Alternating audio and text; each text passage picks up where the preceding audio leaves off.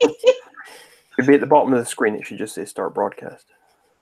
Oh, no, I did. We're started, however. Oh, we've started. Yes, I clicked already. Oh, okay. Keep up. Okay.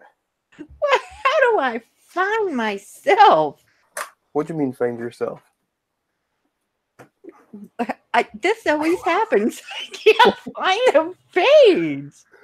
Oh, this happened the last time. I remember this. I don't know what's... Oh, be quiet. Do I go to my dashboard or video manager? I forgot. Oh, you mean you're trying to find the YouTube page? Yeah. Okay, I'll send you the link on Twitter because I have it. All right. There you go. Okay. Oh. All right. That's very easy. Yeah, it was. Let me get right over there and set my... Oh my God. I can hear myself. Now I have to shut it off on Twitter. No, just mute it. All right. I do believe... I can hear myself.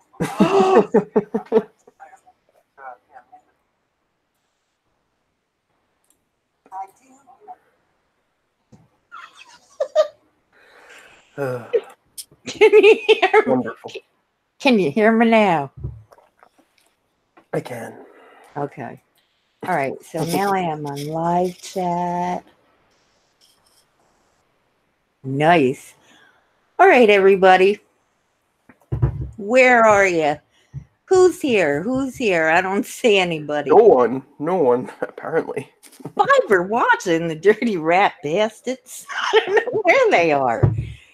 6 so now. Let's give it a few minutes and let me ask you something. Go for it.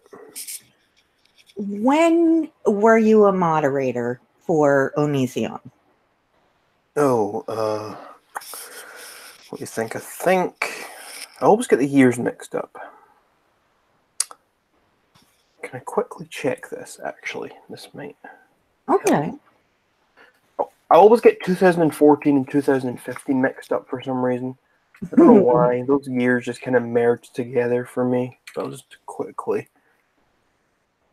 But it was a few years ago, and it was definitely you weren't a Patreon. That's not why. No. Let me explain just to make it clear. So essentially, what happened? I discovered Onision back in maybe like 2010 or something, and I joined his forums back at that time.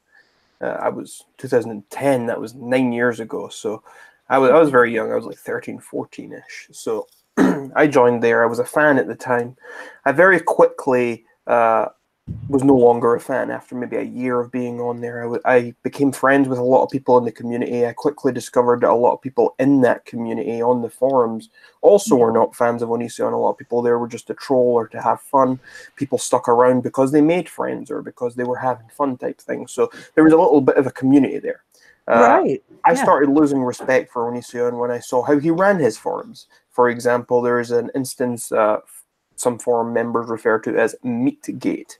And essentially what happened was he started banning anyone who was not vegetarian, and he would ban anyone who even mentioned any sort of mention of the word meat.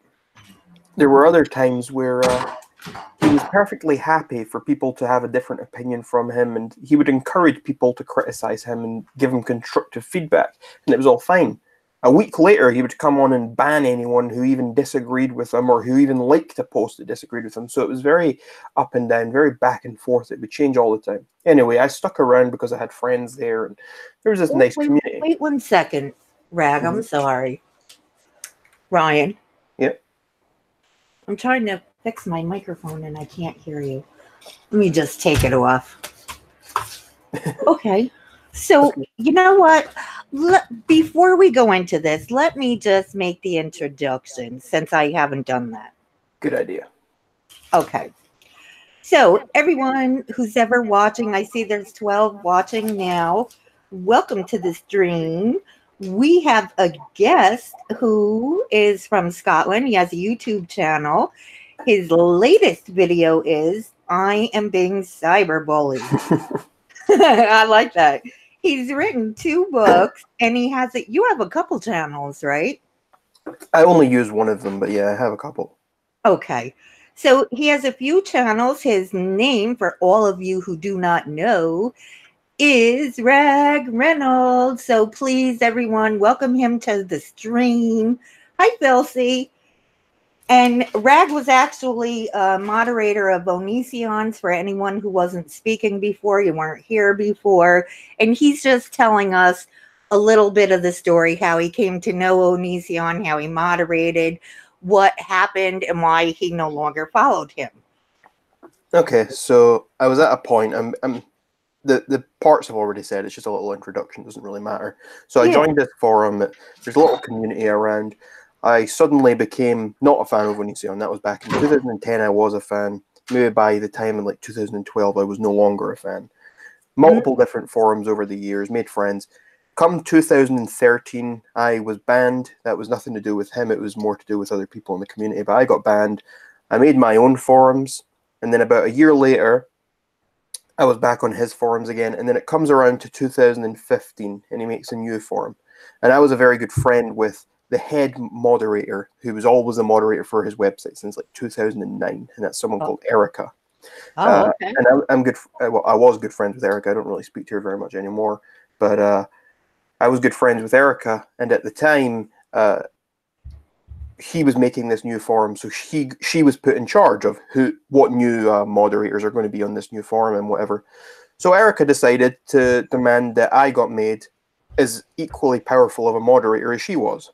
What ended up then happening is she didn't use the forum, and I was the only moderator. So for a large part of 2015, I was basically the only moderator on this community, this forum, with lots and lots of people on it. Onision himself barely came online. He barely did any moderating. So essentially, I was running the day-to-day forum for him. I was dealing with spam. I was dealing with complaints and banning people and all the stuff that comes along with doing that. That is way too much. No, I was happy to do that. I Were had the you? choice. I could have added other moderators onto the site, but I enjoy doing that. I had my own forums as well, which I was running on this side by side. So I was doing that. At the same point, I was also self-employed for a little stretch there, where I actually had a business where I was creating and running forums for other businesses. So I was doing a lot of forum-related stuff at that time. So it was actually okay for me, and I enjoyed doing it, and I had there was a little nice community there I was speaking to. So, but that's really the only moderating I did for him. But other than that, with Onision, I first spoke to him in 2013. That was where my actual history one-on-one started, because people might not know, but I've been in contact with Onision via email. I've done live streams with him. He refers to me as his frenemy. Yes. So back in 2013, he was doing these live debates for the first time. He had people such as Some Guy 827 and all these other people. Mr. Repsion was supposed to do one at one point, but it never had worked out. So there was all these different people doing these live debates. The very first one that was supposed to take place, he wanted a fan, and he wanted to team up with him, and he wanted to take on two what he called haters in a debate. So I applied with a very sarcastic video that's still on my channel, and the video is called Hello?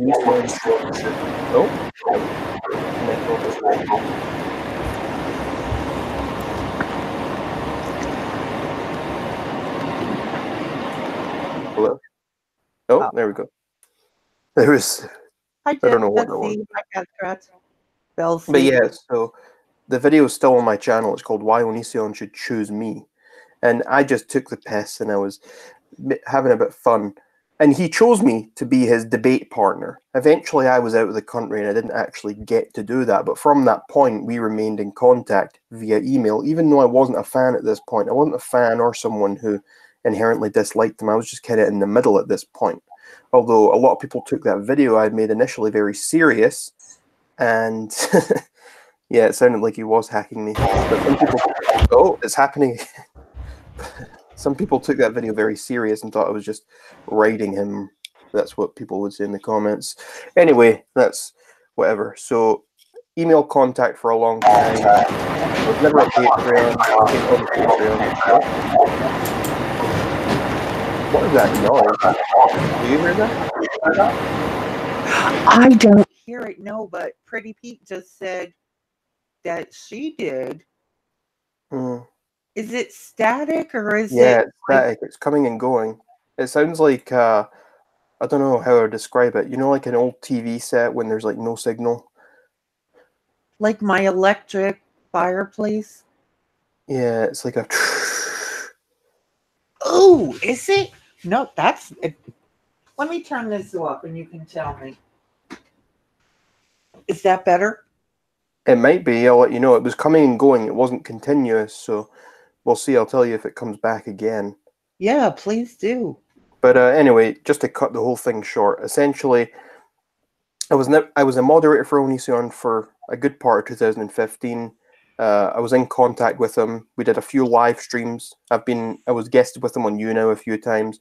He did a podcast episode for my podcast with me while I was a moderator for him. Yeah. We also did this debate, if you can call it that, about a year ago about feminism, which I was just taking the piss the whole time, but he was taking it very seriously. Yeah, I remember that. That was good times. But yeah, in general, I've never until maybe there's only been two. I'm trying to think. Yeah, up until maybe about a year or two ago, I was always kind of in the middle. I was never a fan of Onision, other than maybe like when I first discovered him. But from 2012 to maybe 2016-ish, for the most part, I was kind of on the fence. I was never actually a fan, but I didn't really hate him either. There were a few moments where I did dislike him. Oh, I thought it was back, but it's not back. Sorry. Oh, I know someone else just mentioned it. Hmm. Do you Sure. It's coming and going. It's not a continuous thing. Static comes and goes. That's really weird. Yeah, so I'm trying to work out what it could be. I do. I think it's Onision trying to let's get the tin foil, guys. But He's yeah, like blowing up my stream. there was a time he didn't speak to me for like a year just because I disagreed with him on politics. But regardless, my opinion. What was that? Sorry. He's so immature. That Yeah, is he one is. of Very black and white. He thinks. yes. He's Yeah. very dichotomous. I agree. Yeah, but there came a point, and it was around the whole Billy situation that I became more on the disliking side rather than on the fence. There was when I was originally a fan of him, then I became in the middle, and I didn't really care either way.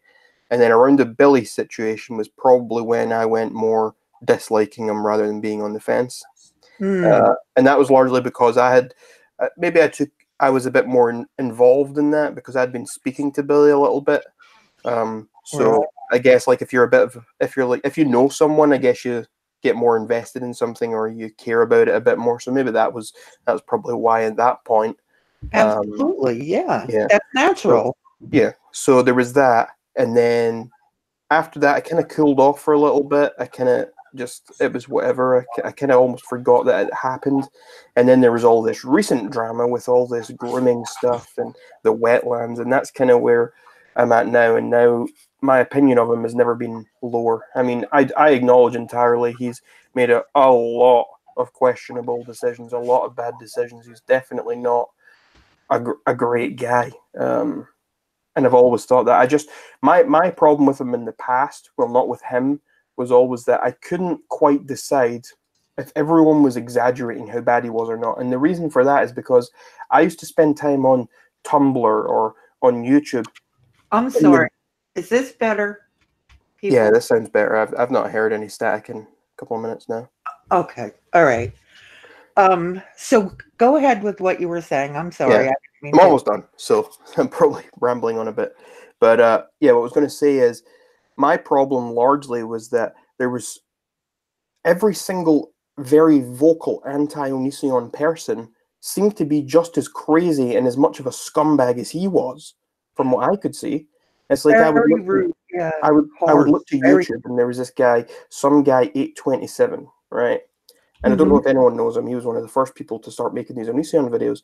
And he used to just scream at the camera. And it's like, what are you? He would scream at the camera and threaten to beat Greg up. And it's like, what is this achieving? Then there was like leaked recordings of him screaming abuse and being abusive towards his fiance. And it's like, well, you have no place to speak now about how Onision's being an abuser when you're clearly abusing someone you're with as well. So that was like the biggest example of that there.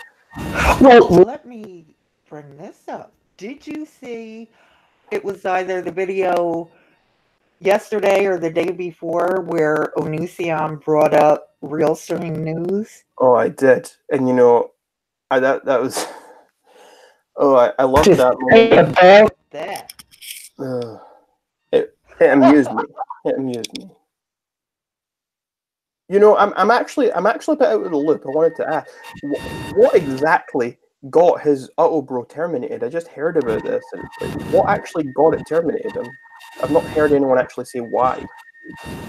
Well, one of the viewers said it was for harassment. And I actually have a screenshot. Does this sound funny to you? I'm echoing to me. Yeah, it's breaking. I think it may be your microphone. My microphone? It sounds like it. I'm not sure. I'm sorry, guys. Forgive me. What do I do with it? I mean, I don't know what to do. I really don't know. Guys, just forgive the microphone. Unless it gets really terrible. Is the echo gone now, Cat Scratch? I don't hear it now. Yeah, I'm not really hearing an echo, but I'm hearing a lot of... Suddenly it breaks up, and then suddenly it's fine, and then suddenly there's static, and then suddenly it's fine. So it's coming and going, which is the saving grace, because it means it's not doing it continuously. But it's still annoying. Yeah, of course. I apologize, guys. I have no idea what the problem is with that. But Felcy said it's okay when he talks. Cat Scratch says it's okay. These are kinks. Yeah, it definitely is. But go ahead, and if it gets terrible, we'll have to try to, I don't know, I'll try to reset, you know, the volume or whatever. Mm-hmm. Now, what were you just saying? Oh yeah, I was just asking, what is the actual reason UhOhBro was terminated? I heard someone say harassment or hate speech or something, but I want to know what actually was, like, what did he actually do that actually got it terminated? What was the specific thing? Of you guys in the chat know, I'm not sure anyone knows for sure. But that's what I have, harassment and hate speech. And someone else in the chat, QW, I believe, said it was multiple infractions. So, well, yeah, normally you need multiple infractions for that to happen. Normally it's a 3-strike thing. Yeah. Who I knows? want to know what he actually said that constituted hate speech that ended up then getting him banned. I know, because as of late, he's been really, it seems like, he's been really trying to change things around. However, I think it's a little bit too... Oh, of course it's too late. I mean, he's seeing that he's needing to do damage control, and there's all these allegations out here, so he needs to act. It's diversion as well. He needs to do things to try and change the narrative and have people focusing on other things. Sultan, you know the whole thing of it is, he has another younger fan. Hold up there, you're cutting out now. I think it is your microphone. That would make the most sense to me. I would suggest, do you just have one microphone, or do you have a couple of microphones, or do you always use the same one? No, I only have one. And it's the same one that was giving me trouble. Mm-hmm. I think maybe there is a problem with the microphone. That might be what the issue is. Let me just fiddle around with it, and you go ahead with what you're saying. Are you moving it a lot when you're speaking?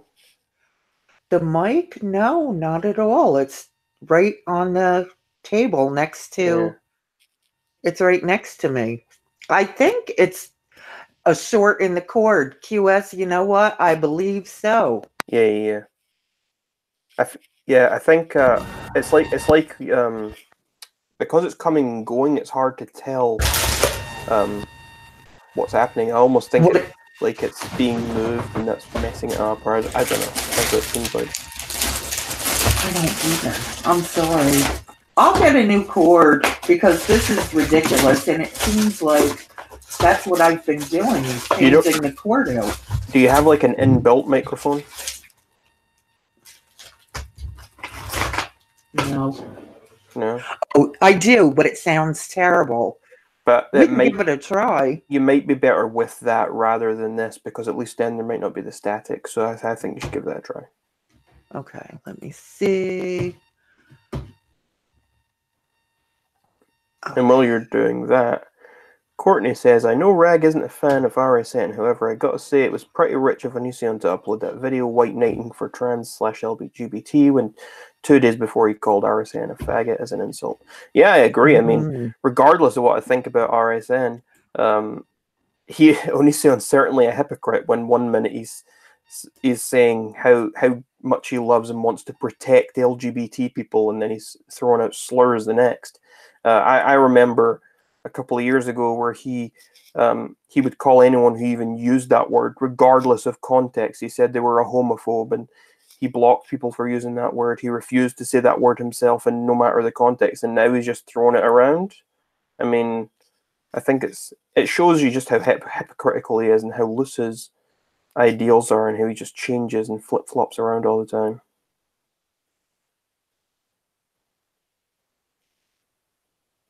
You're still there.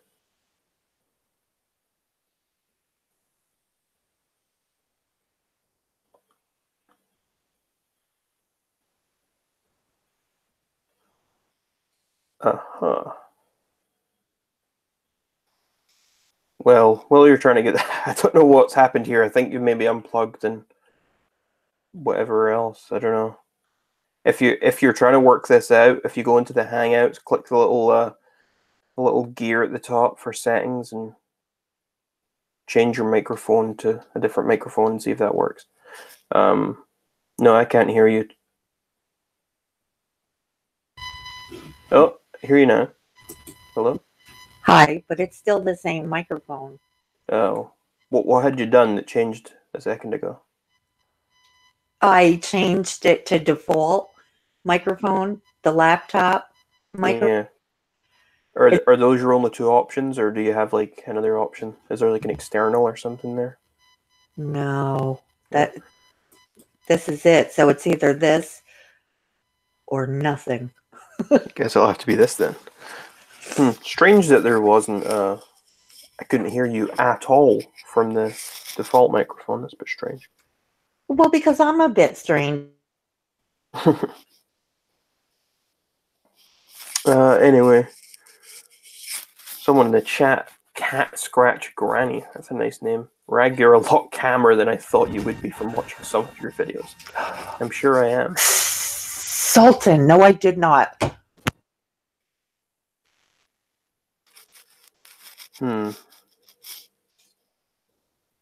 Yeah, maybe try unplugging this microphone and then changing to the default thing and then pressing OK or whatever and see if that works.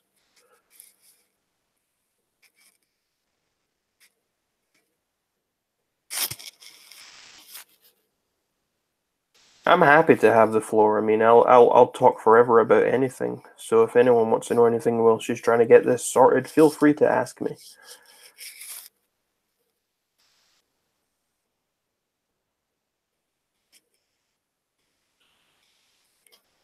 I think the problem with him being characters, I don't think he's lying when he says that he is largely playing a character in his videos. I think he did at first, certainly. I think the problem is that when you're living a character, it's like he spends the majority of his life creating video content and on drama and online and all that sort of thing. So you can say you're playing a character, but there becomes a point where that character starts to fuse with who you actually are. If you're spending 80% of your waking hours thinking in that mindset, then that becomes who you are. It's not like he's just a character for an hour a day or something. It's not an hour a week. It's if you're doing that day in and day out, I mean, parts of that start to fuse. I mean, I would certainly argue that I think a lot of things he says and does online are certainly over exaggerated, or he overstates things. It's like, for example, when he's had conversations about vegetarianism, he used to say things like meat eaters are all garbage and they should go die. I don't believe he actually thinks that, but he's making a very over-the-top statement to get more reactions and to force more talking and get himself more attention. So I can understand that. But there are certainly other things that he tries to use the character explanation for as an excuse. Like, he tries to say that everything posted on the Onision channel is comedy, but then he posts things that are not comedy on that channel, and it's like, okay, so what's comedy and what isn't? And you know what I'm saying? It's a slippery slope, and it becomes hard to tell what is real and what's not. What prompted you to make the worst in a pedo series? It's worse than a child molester, not worse than a pedo. And I made a video in 2013, and it was called Clearing Some Things Up. And essentially, it was someone was calling me a troll, and I said, I'm not a troll because that would make me a liar.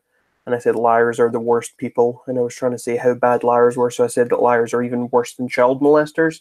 So essentially, then what I did was I made the video series. Basically, it's just clickbait, the title, I suppose. And I investigate people, and I decide if they're worse or not. And it's just, I guess, a bit of clickbait, and it's a very extreme thing to say, and it always gets a good reaction from people. People either love the humor or they hate it, and they think it's horrible. So I like those extreme reactions. But yeah, I agree. He's certainly hiding behind the character to do bad stuff, but I think it's a bit of both. It's not as simple as just hiding behind the character. I think there certainly is some truth to that. I think he also extends that to then also do bad things. I don't think it's one or the other. I think there's a bit of both going on, probably other parts to that as well. Are you okay there, Twisted?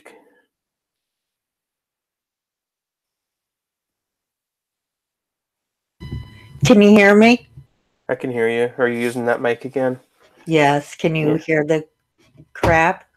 No, I don't hear a crack right now, but I guess you're going to have to use that one. Like I said, guys, I totally apologize. I'll have to get new ones. Black Lagoon, don't talk like that. Or Courtney, give him a timeout. Are you worse than a child molester? Courtney says, I love that series. Technical difficulties are frustrating, but it happens. I know, but it's so annoying. It should happen to Onision. He deserves it. I don't. QS. Dirty bastard. But anyway, here's what I wanted to say. Okay. Did you also see the video, and did any of you in the chat see the video where he actually had on another subscriber or fan of his that was giving him glowing reports? She also is very young appearing to me. Yeah, it seems like all these people are young. Why is there never like an older woman on there, or why is it never a man that's on there? Why is it always a young woman? That's what always gets me. It's like, if you're so innocent, why is it always a young woman? Why are there never any men? Why are there never any older women? Why is it all these young women? That's what gets me. Well, the thing of it is, just like Luxie Moo said on the blog on that live stream, on her live stream on You Now, I meant, you know, I think the young girls are fascinated by both he and Laineybot. Well, you know, definitely. They see them as celebrities of a sort instead of just random people that have a YouTube channel. So they're easily manipulated. Yeah, that's a big point I tried to make in my video. I was trying to say it's bad enough if you can separate this, because one thing, it's young girls, okay, that's one thing, and that's bad in a whole different way. Right. But the idea of Onision having millions of subscribers or anyone with that following, to Right. then be doing certain things, approaching fans a certain way. There is a power dynamic here. That's why consent laws are different when it comes to doctors and patients. That's why consent laws are different when it comes to students and teachers. It's not as simple as you just have to be 16 or you just have to be 18 or whatever. The dynamic changes. It's not as simple as that because there's a No, and power dynamic. So you are it's the same thing in your 100. yeah. You're 100% correct in that. 100%. And that also goes along with substance abuse counselors, therapists, you name it. That is the dynamic. And I do believe Onision knows that. He's fully aware. And speaking of Laineybot, which I do have to bring this up, I do believe she's just as culpable as Onision. You live in that house. And what about your children? Do you not even think of your responsibility to these kids that you brought into the world? Yeah. Think about this. The way Luximu was speaking, she didn't even really know either one of them. Mm-hmm. And they were willing to invite her to their home? Yeah, it's insane. I mean, just talking about Lainey there as well. I always thought at first when she first showed up on the scene, I always thought of her. She was very innocent. She seemed like a bright enough young woman. I don't know. I didn't really know much about her. She seemed nice enough. But I think what's happened is over time, being in that relationship, being in that bad environment, all this sort of stuff, I think that has changed her for the worst. And now she is just as culpable as him. I think years ago she might not have been, but as the years have gone on, now she has. I mean, I almost feel sorry for her in that way. I don't think it was ever going to be that way if she had stayed away from him. I think she might have just lived a normal life. But I think being with him, it's almost caused her to become as bad as him. So in that way, she is a bit of a victim herself.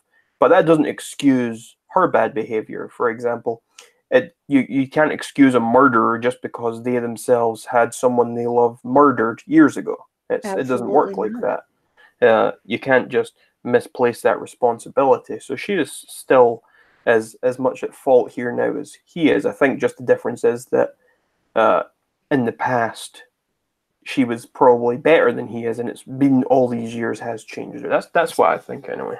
I think most people would agree to that. I think that's a possibility. However, when you choose to have a family, and I hate to keep bringing this up, but I think it's very relevant. When you choose to have a family, you should have a certain amount of maturity about yourself. You should know enough to be able to take care of a family. And I don't think it's very safe, the things that they're doing, if they are bringing people in. I don't care if you spoke to someone for 2 months on the internet. You don't know them. What do you know? Yeah. I mean, I want to just quickly say, QS in the chat is saying Lainey pursued him too, though. She was obsessively tweeting him. However, as a grown-ass man 10 years her senior, he shouldn't have reciprocated. I agree with that. However, I think you also have to remember, what was she, 16, 17 at the time? So I think her behavior can be excused when you're that young. When she's that young, I think you can excuse it. If she was like maybe 22 or something, then sure, I think that's her maybe pursuing him. But when I look at Lainey, I look at more like a fangirl of a band who obsessively tweets the lead singer or something like that. It's just that Lainey got lucky, I suppose, in her eyes, and the person she was tweeting at tweeted her back. I think that's kind of what happened there. I wouldn't say she's any different from any other girl who was her age that was maybe tweeting at other celebrities, is what I'm trying to say. Well, basically, there's no other way around it. Her brain was not fully developed. Her prefrontal, she just didn't have the reasoning skills at that age, and none of them do. However, she's no longer, 17. Mm-hmm. Yeah, She now has it's a completely family, and she did reach out. Luxie Mo is what, 18, 19? something like that. They were all about this age, and that's what's weird as well. It's like Laney's this in between because Greg's got to this age. He's in his 30s now. And Yeah, and a 30-year-old reaching out to a fresh 18-year-old, that is beyond creepy. So Lainey's almost there as that little buffer, isn't she? I'd imagine he's saying, "Oh, they're both scouting out these girls, and she's the one who makes the move. She's the one who approaches them because it's not creepy if she does it because she's closer to their age. Whereas if he did that's right. that's a completely different thing." Hi, Judy. You know, that is the truth. However, I think with that whole Luxie Moo thing, from what I gather, if, first of all, I have a tendency to believe this girl because she was very, very visibly affected while she was doing that stream. She really was. She was high anxiety. You could see it, you could hear it in her voice. And she just still, after hearing that, she still feels some kind of way. She still feels apologetic towards Lainey, I believe. Hi, Blorg. Oh look, it's my favorite news YouTube channel. My favorite source of catching up with streamers. Far better than that trash steel stream news. Hi, Blarg. I have to say, Blorg, you are on it. I was absolutely there for you. I was checking them out right on your channel. That was good. I'm glad you had it because I have missed that whole stream over on you now. But the point being, she was still to this day, this is how you know they're insecure young women also. Oh, She yeah. still, she still felt apologetic, and I think she still, in a way, may have had feelings for Lainey. Now, for Lainey to not reach out to that woman or have Greg totally take over, it just lets me know she's involved all the way. Yeah, definitely. She's definitely involved. And as you Now, mentioned earlier about having kids in the house, that's probably the part that disturbs me most. I mean, the whole Sarah thing, the whole accusations about her, with her and romantic conversations and all this stuff, that's disturbing enough on its own. But then to think that all of this is going on when there's children in the house, that just takes it to a whole new level.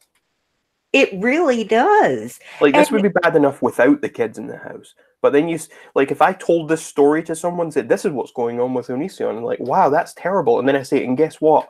There are 2 young kids in the house. That person then, it goes from an 8 to a 10 almost, just because there's kids there.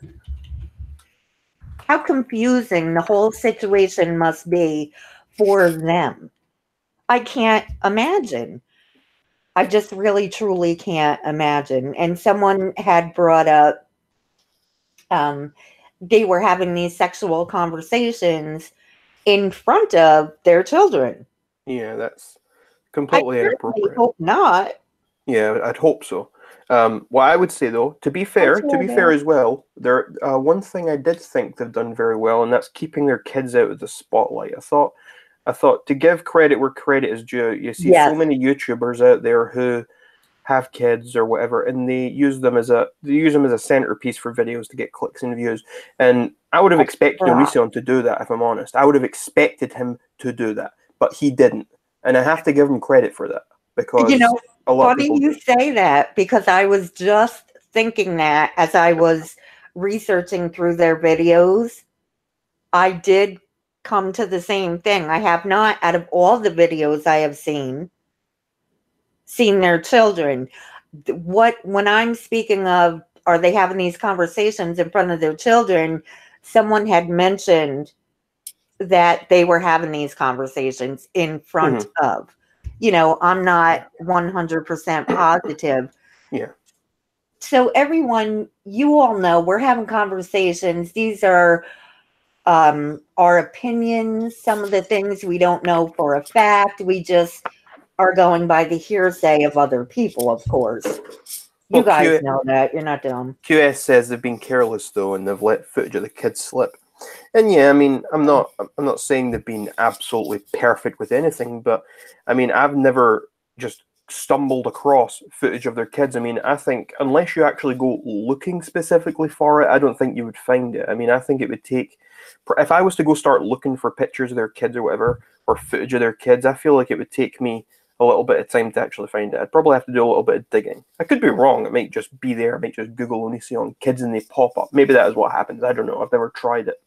But I've never seen them just pop up in a video or whatever. Does she? Just a video with a girl? I didn't know that. I guess I was wrong then. I haven't seen that. But for everyone, think of this. If you all had children, just say, and you knew these things about Laineybot and Onision, you've watched their videos, you're familiar with certain behaviors and accusations, would you ever let your children go to their house for sleepovers or play dates or anything? Would you? I wouldn't. I mean, there would be no way over my dead body would my child go over there. I'm also confused, right? About this whole money situation. How much money is actually happening here, going around here? I'm struggling with my words right now for some reason. Okay. Because there was this whole thing where his videos were demonetized and he was getting less money and ad revenue, and that's when he started his Patreon. And he's getting less money on Patreon now than I think he was back when he started it. I could be wrong about that though. So he's getting less money there. He's getting less money on videos. His views are also down. So the videos that do get monetized, he gets less money on. Okay? His merch sales are surely down as well. He just lost UhOhBro. He also has legal fees. Numerous legal fees, especially remember all that tax stuff when he cheated out the IRS and they came back and got him. So I'm just confused as to how he's managing still to live the way he does. I mean, I know he's still making a decent amount on Patreon, but I wouldn't think that's enough to fund his life. The only thing I can think is he must have a lot of savings.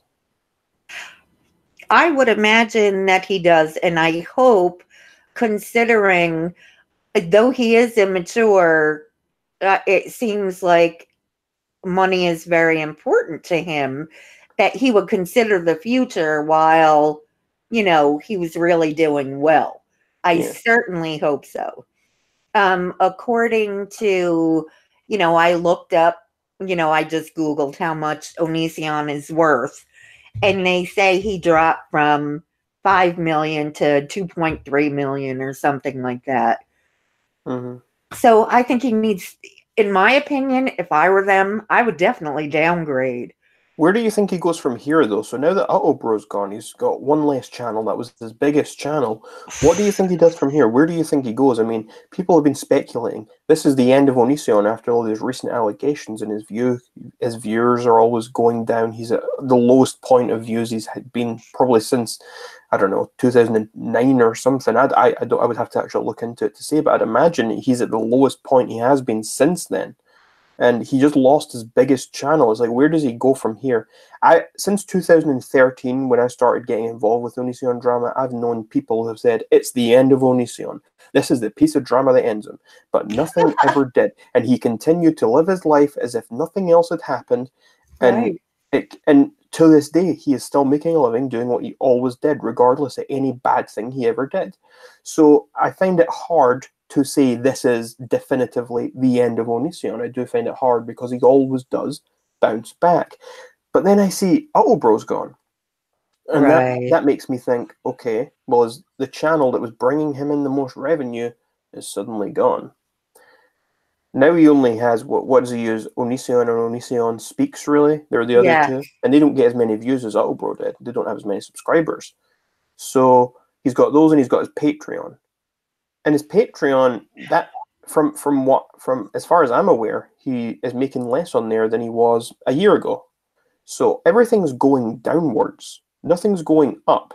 And that's what he was saying on Twitter. Was it yesterday? I think I saw a tweet and he said back in I think it was 2009. That's when I made my banana videos, and that's when I made my viral videos, and I got fame. I need to go back to that time frame. So to me, it looks like he's trying to reverse time and almost play the part of when he was back then to make himself a bit more likable, to try and get more views or whatever. But I really don't know what he's going to do at this point, because everyone on YouTube, like, if you say his name, most people know who he is. And everyone either, there's his very small fan base who are left, who love him and would lay down everything for him and just to give him money and donate and support him. Right. And those are all like the people on Patreon. But how sincere even are these people? Are these people, do they like him, or do they just want his attention? Or are they trying to leech off him? Who knows? And then you have everyone else who thinks this guy is insane, or this guy is a fucking idiot, or this guy is a scumbag. Right. It's not like there's some sort of new audience he can pull in. Like, there are other people, and you go through a scandal, and you think, oh, well, I lost some people there. Let's find some new people to bring in. Right. But from what I can see, because he's been around for so long and because he's had so many scandals, I don't feel like there's anyone left for him to pull in to replace the people he's losing, if you know what I mean. If you know what I'm saying. I really don't know. However, I do see, or it appears to me, I'm not going to say this is true. I don't know. It's just my opinion.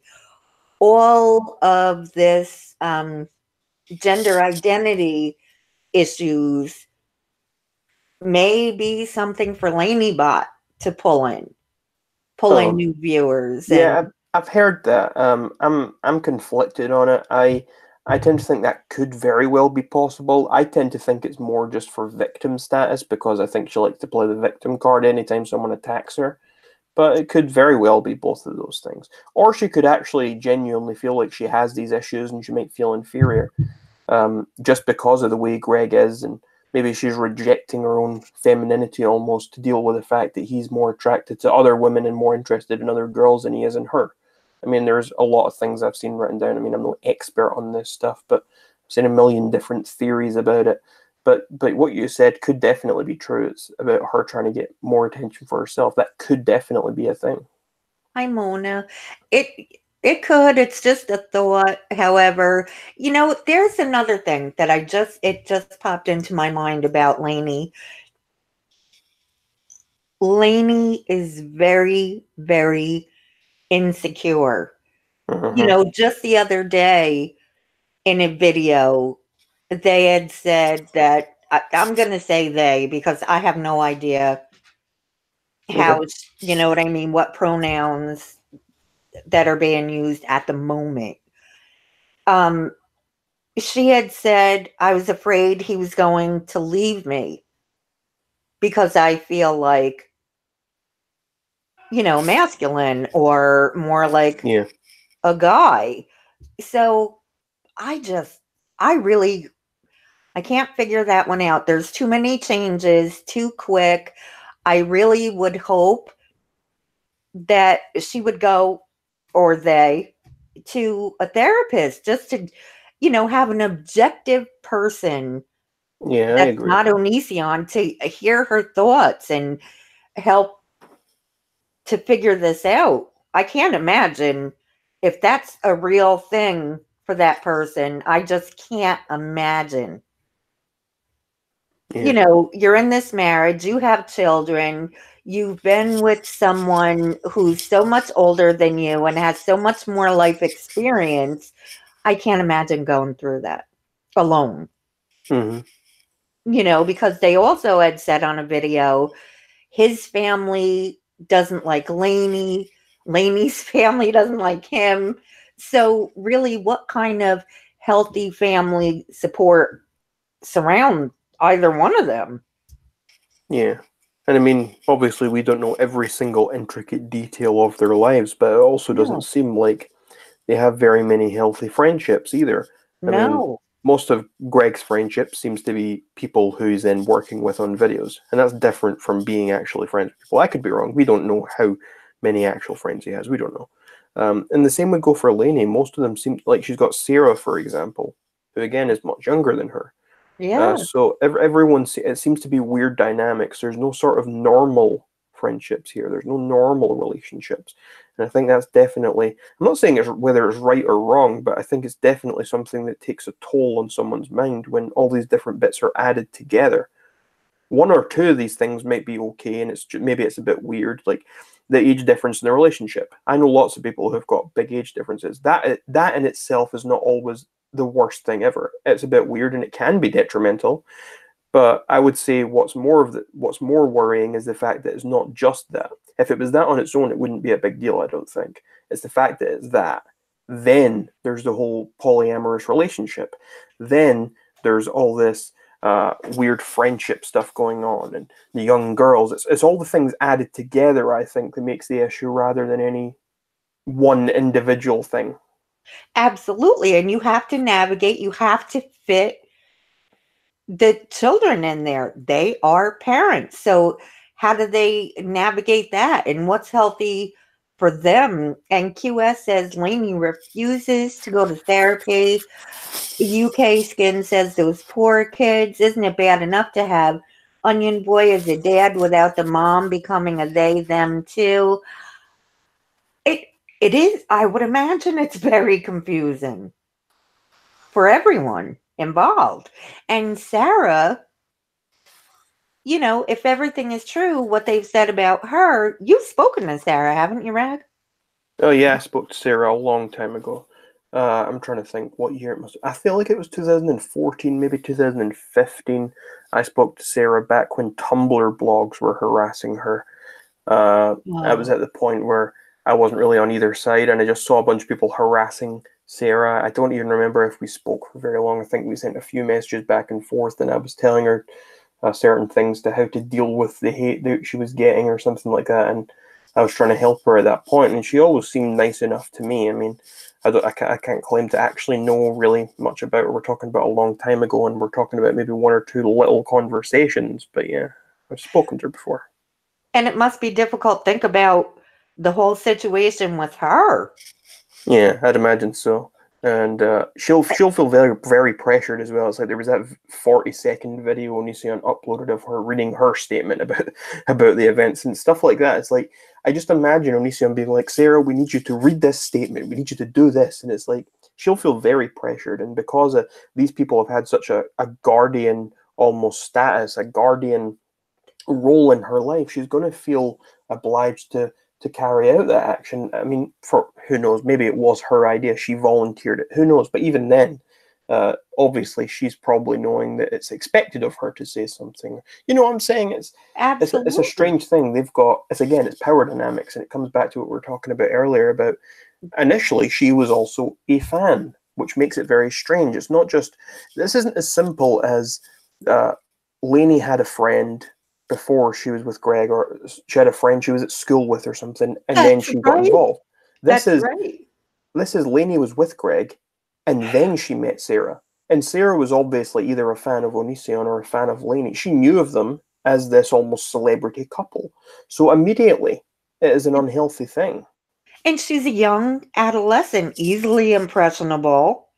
Yeah. She, you know, if what we have heard is in fact the truth, you know, her family life wasn't that stable, or she, you know, wouldn't have been there in the first place. Mm-hmm. You know, from what people have said. So, you know, it's all, I don't know. Here's my thing. I don't like it. You know, the more I look into it, it's like, okay, this is so unhealthy for everyone involved, and it all centers around young women and YouTubers and rating bodies. You know, in the very beginning, I'm like, okay, so I don't like this idea that he does that with only women.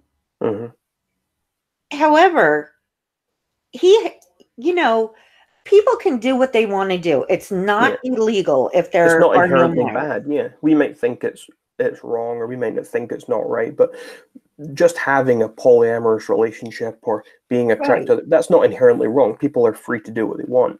The issue is with when these power dynamics are introduced, or And that's why there's a big issue, obviously, when people are younger. It's not necessarily just because they're younger. The reason for it is because younger people, compared to older people, there's a power dynamic there, and there's experience, and there's life knowledge, and there's people taking advantage, and it comes down to manipulation and power dynamics. And that comes both with age and also with the fame, with the status, with the power that these people have over people who look up to them. If someone looks up to you, if someone's a fan of you, and then you get romantically involved, you immediately have a crutch. You've got a crutch over them. It's someone who looks up to you. They look at you in a different way than you look at them. It's someone who almost idolizes you. It's not healthy. Not at all. I could look at a celebrity when I was younger that I really liked her. My sister could look at a celebrity that she really liked from a band or something. Right. And even if they're her age, it doesn't matter. You're idolizing someone. You're looking at them in a different way. You know all about them because you see them online, but they know nothing about you. And it's a very strange phenomenon. And I'm not quite sure how we should be navigating this. But what I do know for sure is that there is something off about it. It really is. You guys, you're terrible. She says, on that front, I think Greg is losing his power as he gets older, uglier, and more unstable. That's why he has Lainey, though. As people keep saying, she's the bait. She's in the middle. She's there to pull them in. I mean, he's still got a bit of power, I would say, but he's not gaining new power, is what I'd say. I'd say he still has power, but it's, as you say, it's fading away. UhOhBro just died. A huge chunk of power. He just 2 million subscribers worth of internet power just vanished. That is a big deal. And what do you think is going on in that home right now? Oh, I think he must be berate. He must be so mad. I don't know. Maybe he's not. I don't know. But I would assume. I mean, if you had a channel with 2 million subscribers, I mean, take your opinion away from it's regardless of what you think of someone, it's definitely not a good feeling to have your channel removed when you have ripped away. I've got like 3.3 thousand subscribers. I would be devastated if my channel shut down. I cannot imagine how bad it would be if I had 2 million subscribers. I know, and the revenue alone. And the blog says, can he appeal? I'm sure of course he can. I'm sure he can appeal, but if he has been found guilty of multiple violations, then I feel like it'll just end up the same result again. I don't know. People, again, I said it earlier, people have been saying for years this is the end of Onision, but somehow he always bounces back. So I would not be surprised if he bounces back and his channel comes back. I would not be surprised at all. I'm more surprised that it's actually gone. I'd be more surprised probably if it stays gone. So I have to agree with you there, because it does take time for, an appeal process. So we don't know what really is, ultimately going to happen with that at all. Yeah, the Sarah's ass comment was very strange. That was quite concerning. That was one of the early moments of when people noticed that sort of thing, wasn't it? And the whole thing, his reasoning is totally off. Totally off. He says he treated Sarah rude and he was mean to her, which I'm going to say was emotionally abusive. Mm-hmm.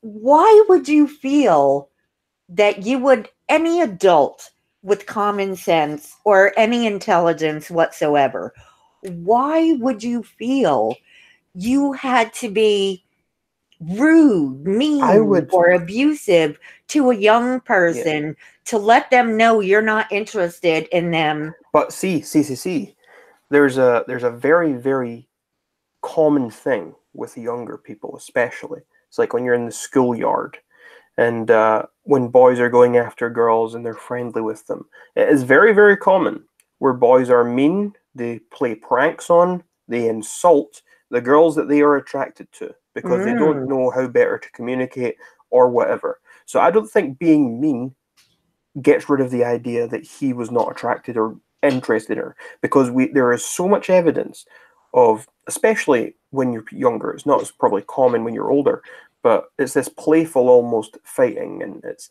making fun of one another and making fun of someone and trying to get a reaction. So I think that's a very big thing, and that could very well be what that dynamic was, rather than the abuse scenario. It could be either. It could be he's being abusive, or it could be probably even worse than that, is the fact that he's almost it's almost flirting by being mean, if you know what I'm trying to say. I understand what you're saying. Monica Estrada says it must be pretty scary as a 16-year-old to get talked to like that by a man in his 30s. I agree. I do agree. He said he has since apologized to her, but that could be his immaturity. Yeah. See, he definitely he doesn't come across as a man in his 30s. No. He's had the same maturity for a long, long time. He has not matured. No, Maybe he's not. I don't know how he is as a father. I can't comment on that at all. But as far as how I've seen on the camera, as far as how he talks to other people, he does not come across to me as a 30-something-year-old man. Every time someone says he's in his 30s, I'm like, oh shit, I forgot he's that old. I don't think of him that old. Like, when I think of him, I don't think of him as a man as old as that. I mean, he's approaching almost the age of my parents. He's within 10 years of my mother's age. So I struggle to think of him. I don't think of him that way. And I think it's because of how immature he has come across time after time.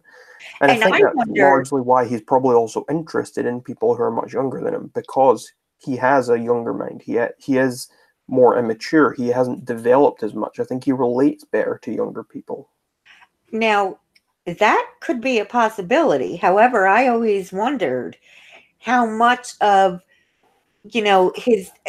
how much of what he puts out there is acting, because let's face it, he's trying to cater to a younger audience. Oh yeah, that as well. Yeah.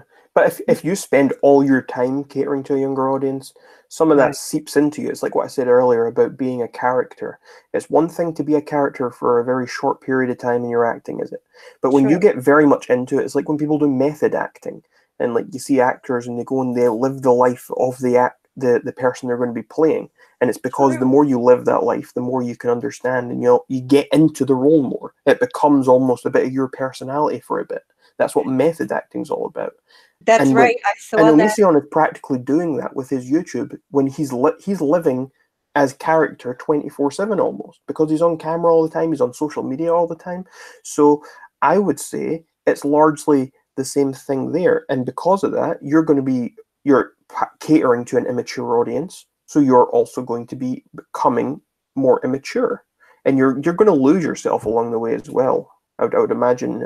I'd imagine he has a lot of identity crises, just like lying in bed at night and thinking, "What am I actually doing? What am I actually thinking?" I imagine he's got a lot of that sort of stuff going around in his head.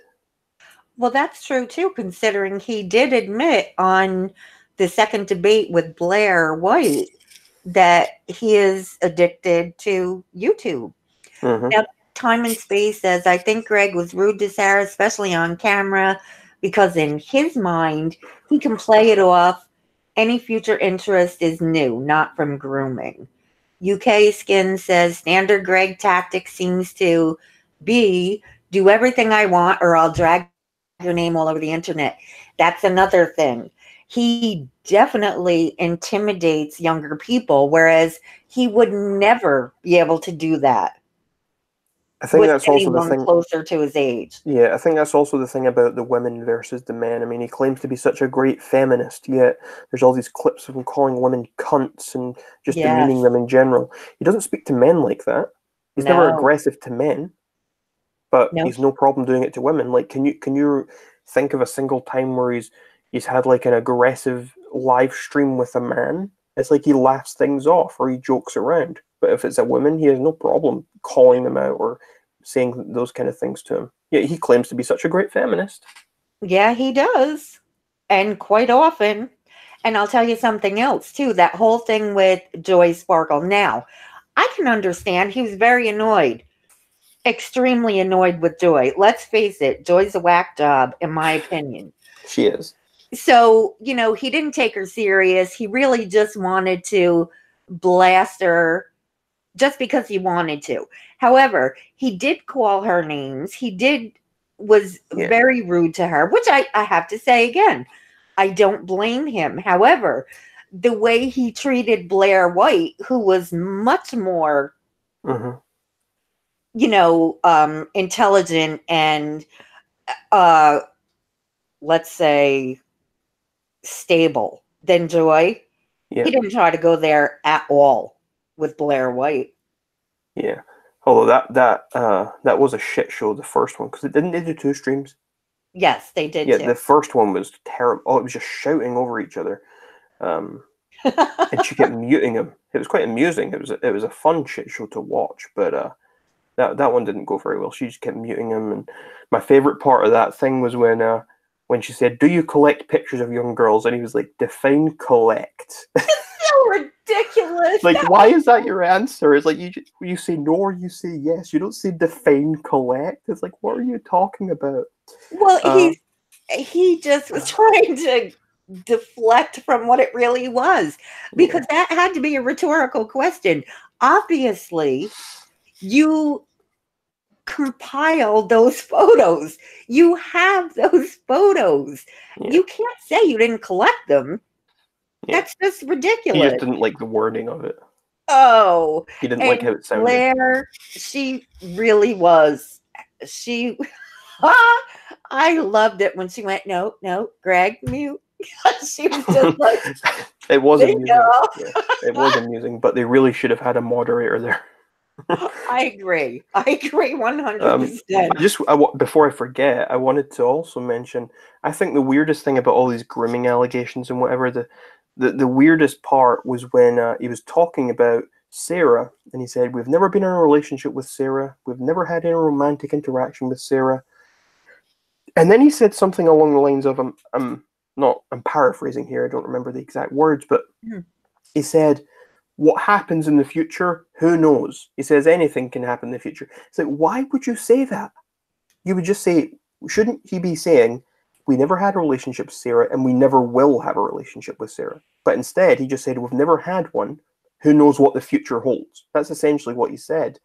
And that, to me, it confirms what everyone else has been saying. I mean, even if she is legal, like she's 18, and then you have all these other conversations, and then you introduce her to these things, that's still wrong, because you have had this power and influence over her for all these other years. You were her guardians at one point, and regardless of what age she is now or whatever, or whether or not you said things to her before she was 18, you were her guardian beforehand.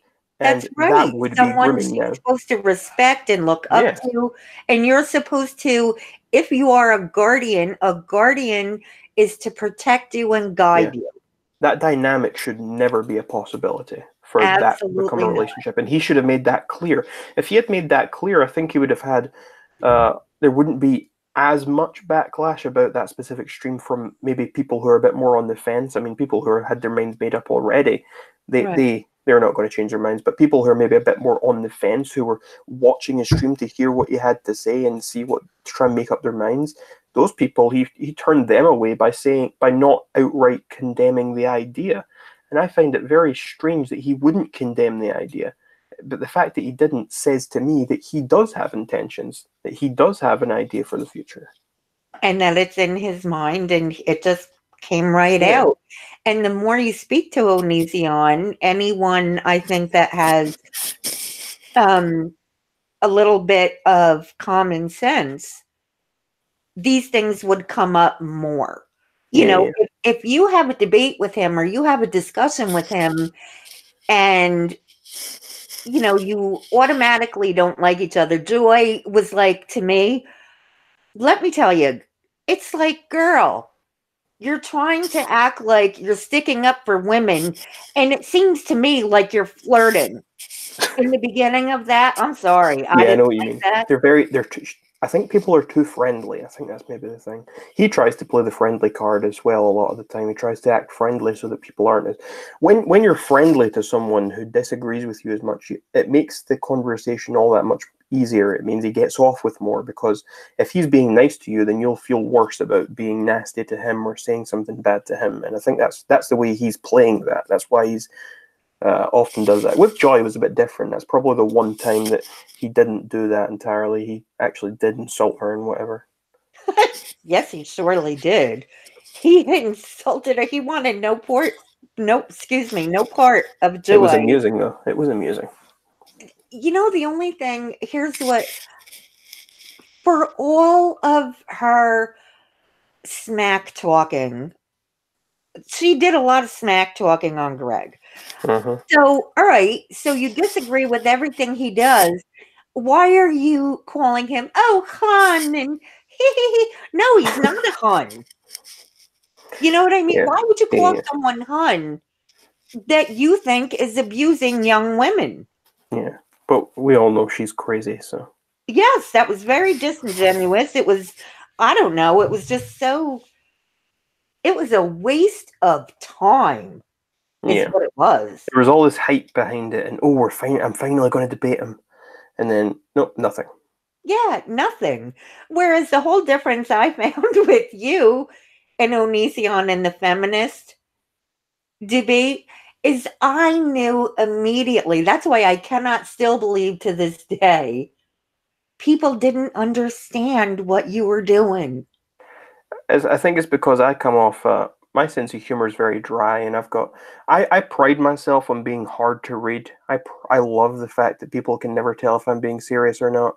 Right. And Onision himself, we've done live streams before, and he has struggled to tell if I'm being serious. And he was still struggling to tell if I was being serious during that debate. But my favorite moment of that thing, because it's about a year ago now, is I said to him literally at one point, obviously this isn't serious. I said, all feminists are fat with blue hair. And he said, are you being serious? And I said, of course I'm being serious. And then he took me serious. He started screen sharing, and he spent the next 5 to 10 minutes Google image searching pictures of feminists to prove to me that they were not all fat with blue hair. And I'm like, and he was doing it for a few minutes, and he's like, oh, have you seen enough now? Do I need to show you any more? And I said, I need to see more evidence. And he continued showing me more evidence. There was another point. The people in the comment sections. People thought I was just stupid because people didn't understand. People thought I was stupid. But there was another point. My other favorite point was we were talking about abortions, and he asked me, "Are you pro-life or pro-choice?" And I said, "I'm pro-choice." And he said, "Oh, so we agree on that." And he said, "That's actually a bit feminist of you." And I said, "Why?" And he said, "That's a feminist stance." And I said, "Well, I guess I'm not pro-choice anymore. I'm pro-life. Ban all the abortions." And he believed that I switched my stance to pro-life. He brought it up later. He brought it up later in the stream and said, "Well, earlier on, you've clearly no principles because you switched to pro-life." And it's like, are you taking that serious? There was another point, and he was talking about the Me Too movement and all this stuff. And he said to me, he was talking about Bill Cosby, and I said, "What did Bill Cosby do?" And of course I know what Bill Cosby does. We were having this conversation. Of course I know about the Me Too movement. Of course I know about what's happening with Bill Cosby. But it was just all these little things, and he just bit every single one of them. And I just found it really strange that he did that. I thought he would have read it better, but apparently not. I just can't, I don't know. To me, it was just ridiculous that anyone was taking it serious. Yeah, I don't know. Maybe just because I've been around a lot. Well, I mean, if you know me or if you've watched anything on my channel, people who know, and you know. But I think the problem is as well, everything people say, oh, he's just a troll. But I'm not, because I'll say a lot of things for reaction. I'll say a lot of over-exaggerated things. I'll take the piss a lot. I've got a very dry sense of humor. I use a lot of sarcasm. But I don't just do that. And I will mix it in with a lot of things that I truly do believe, or I'll mix it in with a lot of good points as well. And I'm also very dedicated to what I'm talking about as well. So it makes it believable. You have some really informative videos, and I love it. I have to say, I like it when you joke around, but I really do love it when you're serious. Yeah, I like doing both. I think there's certain times where I like to try and mix the two of them the best I can. And I think you do it well. I really do. And your channel, congratulations, because it is growing. And I think it's only a matter of time now Oh, I before it hope so. grows even longer. And I think all of the younger people that are not understanding your Australia's not real. I have 30 videos on the subject, you know. And every time I make another video, I try and be more ridiculous to try and let them in on the joke. But they still don't get it. No, they None of them, they don't understand. I've said to people, I have literally admitted to people, I am not being serious, and they don't believe me. They say you're lying. You're trying to say that so that you don't seem stupid. You're trying to pretend you were joking the whole time. And I'm like, how stupid are these people? How gullible are they? You know, I love it. Gullible people are God's gift to the world. Seriously. I don't know. Do you, I just think maybe it's age, truly. I'm not sure. I mean, there's just as many old people as there are young people who take my thing seriously. I think with the Australia thing specifically, I think there's a lot of blind nationalism, and I think when someone says something negative about it, they take it very serious rather than thinking, oh, could this be a joke? Or obviously that's not all of them. And then there's still obviously people from America or from the UK who think I'm being serious. But for the most part, I think there's usually a reason as to why people think a certain way. Right. Well, Mandy says, as an Aussie, I love the whole Australia isn't real thing. So, you know, Mandy gets it. There are some that get it. Yeah. I don't know. Just a lot of people I notice on the internet, they're very, very, I don't want to use the word snowflakes. They're just very sensitive, or they have no idea and they just go on the defensive without really. Well, I mean, they don't know what you really mean. Yeah. Well, for my thing, with the Australia thing, what I found was, as much as some of it was, people just assume the worst. They don't care to ask, or they just assume I'm an idiot, I'm being serious and whatever. And normally this is because they've only seen one video. And okay, you've seen one video. But then I get so many people who go video to video. They watch all 30 videos and they still don't get it. The videos are all literally under a comedy genre. They're all listed under comedy, yet they still don't get it. And then there are people in the comments who say, even if this is a joke, you're a horrible person for joking about such a thing. You're a racist. How sensitive. Like, oh my Lord. They say, my favorite comment to ever receive. There are so many people say, how would you feel if I said Scotland wasn't real? And I say the same thing to every single one of them. I say, I wouldn't care. And do you know why? Because I'm not a little bitch. Well, see, I would have said because it's really not real. I'm really not here. I'm a figment. Some of them don't even watch the videos. I made a video called Is Scotland Real? And in the video, I'm taking the piss and I'm looking at a little conspiracy that I made up myself. And at the end of the video, I say, of course it's real. I say there's no evidence that's strong enough to say it's not real. So I say it is real. But I get comments on my other videos that say, you're so stupid, you think your own country isn't real. It's like, you didn't even watch the video. You don't know what you're talking about. It's like, I really don't understand how stupid these people are. Or I get other comments on my Australia videos, and it's people saying, I'm not a paid actor. How dare you say I'm a paid actor? Where's my money? But I never said anyone was a paid actor. There are other people who have made that claim, but I never said that people were paid actors. What I said was that everyone was drugged up and thrown over to New Zealand. I didn't say anyone was a paid actor. I said they were all on drugs. Yet some people think that they know better than me what I've said about this whole theory. Or how you meant it. Yeah. They do that all the time. And see, with me, here's how I feel with my videos. I'm going to put up a commentary video. If you do not agree with me, come and tell me. I don't agree with you and this is why.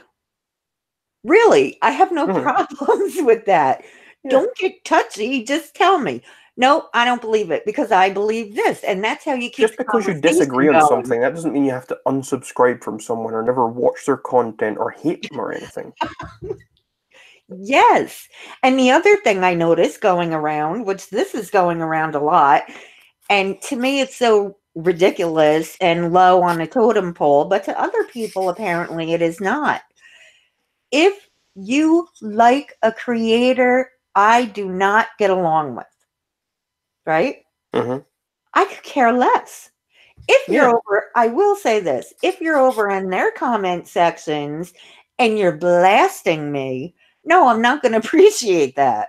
Yeah, well, that's being a bit two-faced. It's you're being nice to you at one point and you're going to another comment section and saying other things. That is being a bit two-faced. It's being disingenuous. It's being Right. very shady. So yeah, there's a problem there.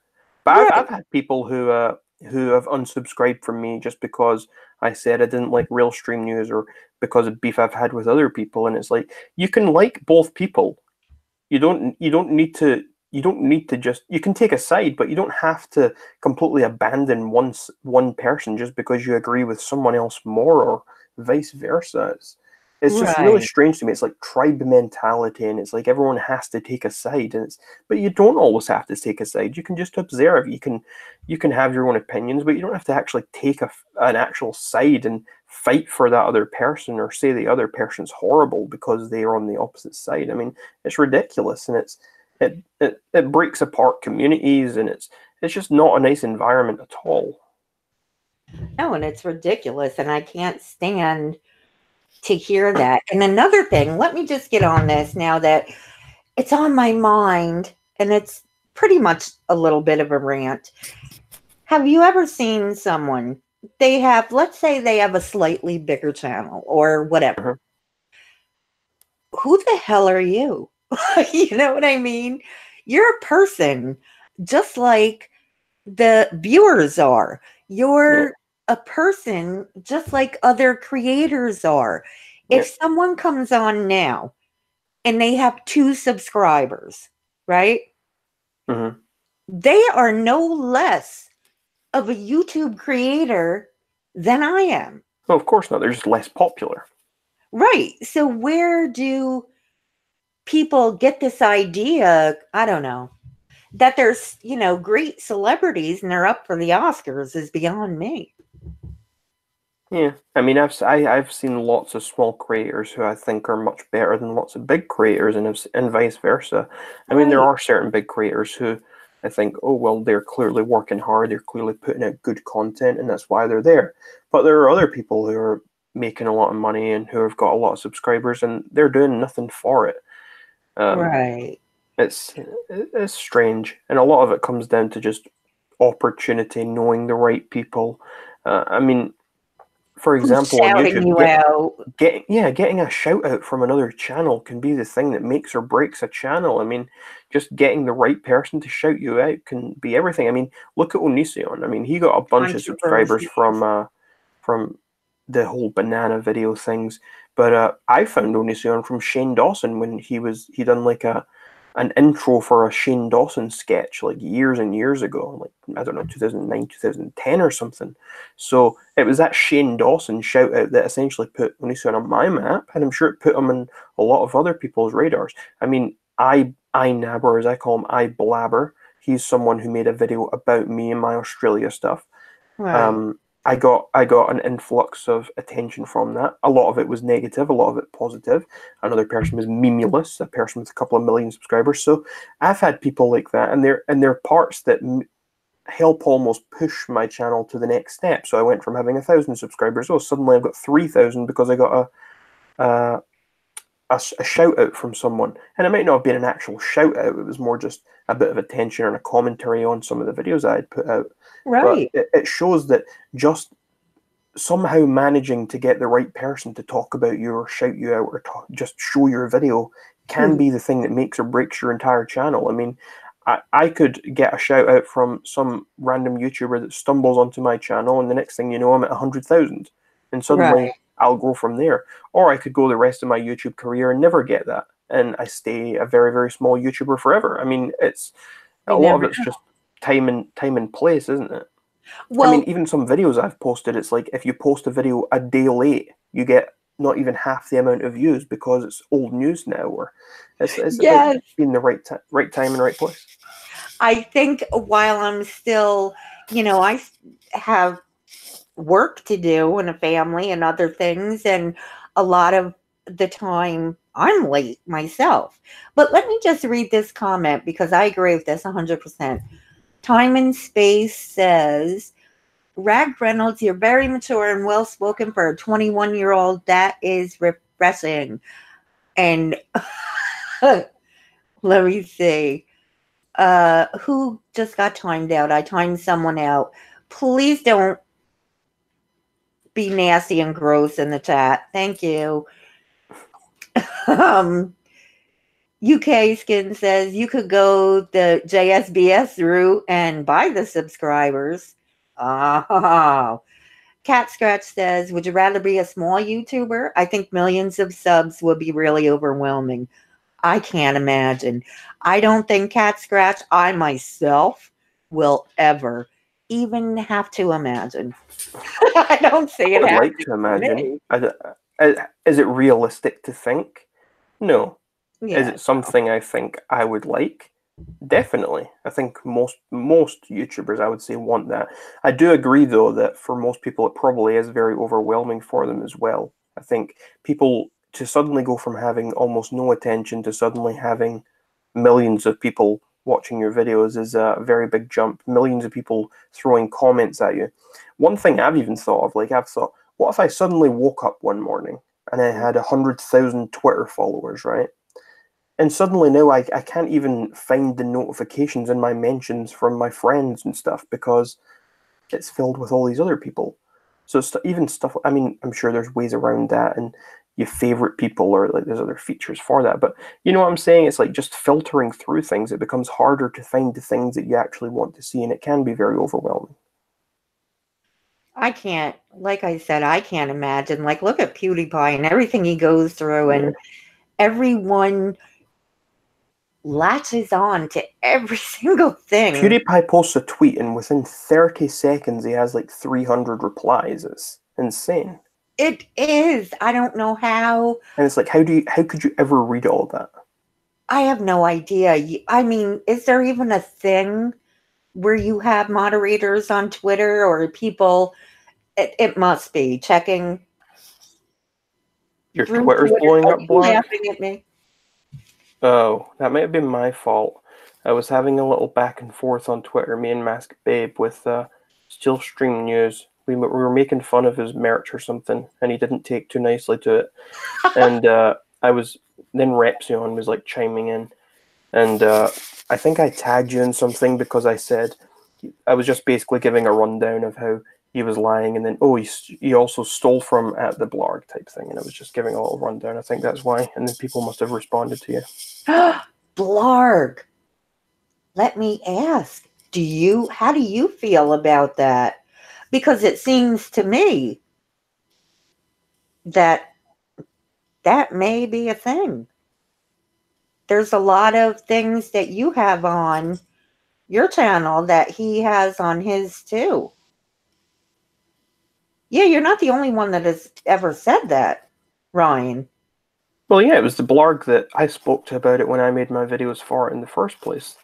And it was pretty clear to me that he had taken certain streams. I mean, there was even the same little glitch or hiccup in the recording of that specific stream, and it was clear that they had taken the stream directly from the blog, and he had thrown his own little logo in the corner, and he had uploaded it. And there was it was 5 seconds into the video, there was a little hiccup, and the software glitched, and that was the blog's recording software. And the exact same little hiccup was in his video, and that's kind of how you know that they're the exact same bloody video. And never mentioned the blog at all? First of all, you shouldn't take someone's whole video. What is that about? That's just, it was edited down. Okay. All right. Well, the blog, I really truly mean this. I've been watching your channel lately, and you are on it. You are on it. Whereas myself, like I said, I have things going and, sometimes I just miss certain things, and I absolutely will go to the blog to see what they put up on their channel. But taking the same edit. Tons of people record the same stream. Yes, they do. I've done it myself. The point was that he didn't record the stream. Hush Money. As the blog knows, yeah. Really tried to catch everything on this one. Are you familiar with Hush Money, Ryan? Hush Money? No. No? Okay. Just wondering. Let me see. I had written out some questions for you. I want to see if we touched on everything. So you said you never really spoke to Laineybot yourself? No, I've never actually spoken to Laineybot. Okay. Yes, correct me. I'm messing up myself. So what's been going on? What are your plans for your channel now that you have more subscribers? My plan hasn't changed at all, I would say. What I'm more looking at the moment is maybe trying to work out ways to bring in more viewers per video, maybe more subscribers, that kind of thing. I'm trying to look at more the longevity. For the most part, I just make the videos I feel like making, and I don't think that's going to change. But I'm becoming a bit more aware of what videos do well, the times posting the videos, that sort of thing. Just the whole actual, almost the marketing and the production aspect of it, as well as just actually making the videos, actually getting it out there, growing the channel. That's the kind of thing I'm trying to focus on at the moment, trying to work out how to grow. So that's what I'm trying to work out. Well, so I would like you're really consistent now. Well, yeah, I try to post at least a couple of videos every week. I mean, sometimes I'll post a video almost every day. Other times it's once a week or whatever. It depends how many ideas I have during the week, and I write down everything I think of, and then I've got like a list of like 50 different ideas right now written down in my phone notes. Most of them probably will never become videos, but I write down just random things. But I really do just, at the moment, I'm thinking of ways to try and grow.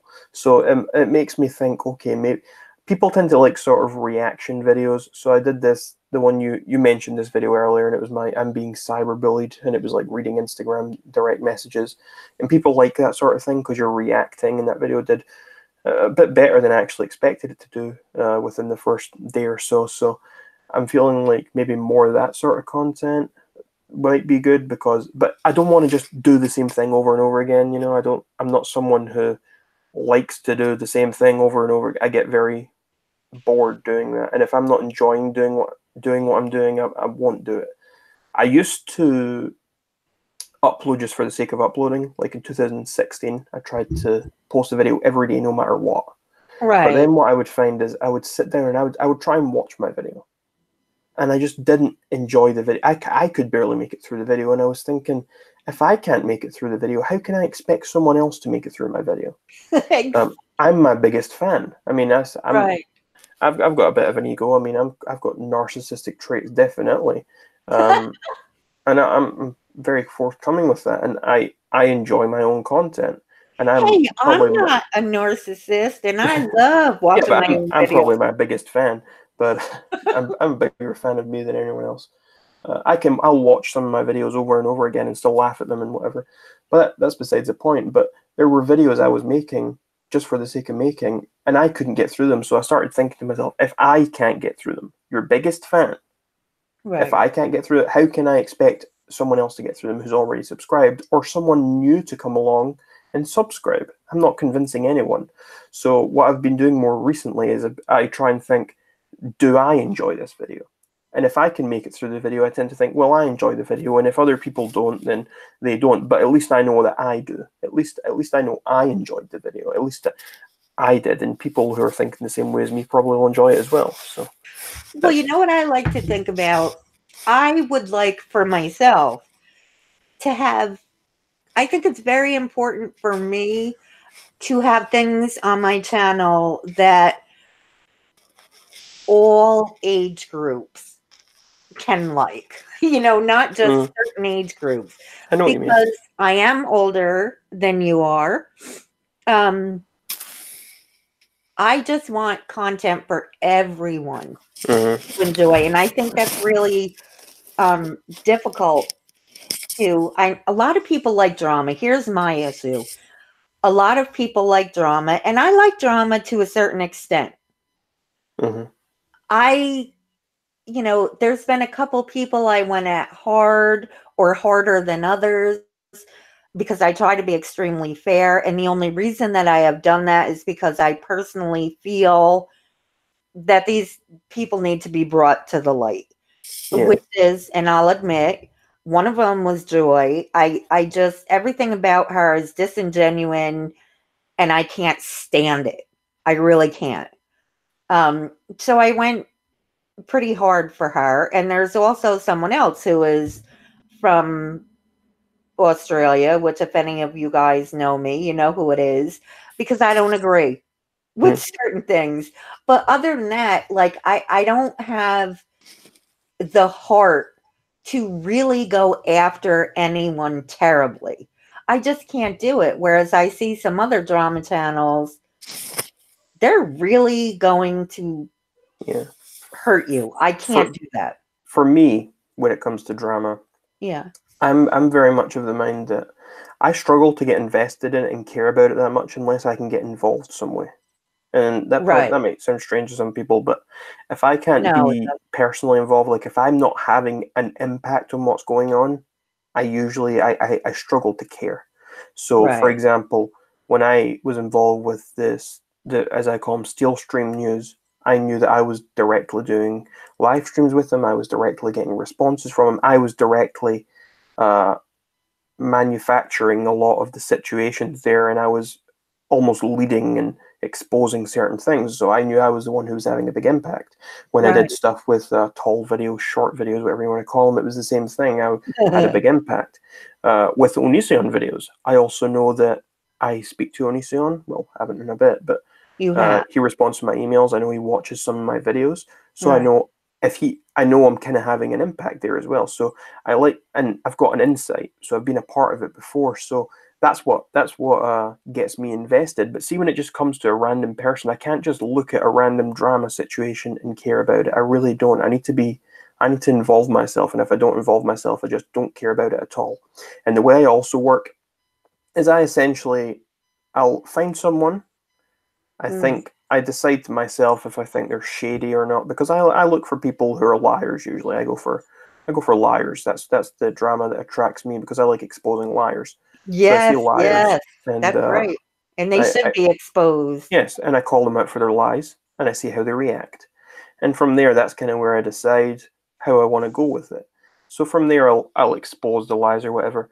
But for me, I've got certain principles, and I think I'll start off just by prodding, having a little bit of fun, joking around. But there are certain things that can happen, and when they reach a certain point where they strike back, the gloves almost come off. So I'll be friendly and that's how I feel. Yeah, I'll expose their lies, but the moment someone comes for me, the gloves are off. I mean, I don't take any prisoners. I mean, I'll expose the liars and whatever, but it gets to a certain point where I have no remorse, and it is what it is. But I have to say that it's when that happens is when you do expose for other people. You expose what the person is truly like. Yeah.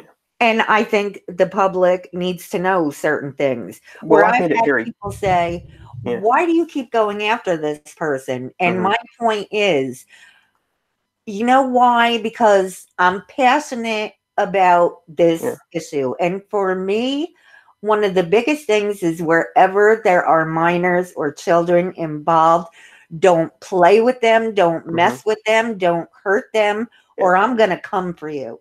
Yeah. And like you said, then it's like gloves are off, honey. And I don't care who you are or how many subscribers you have.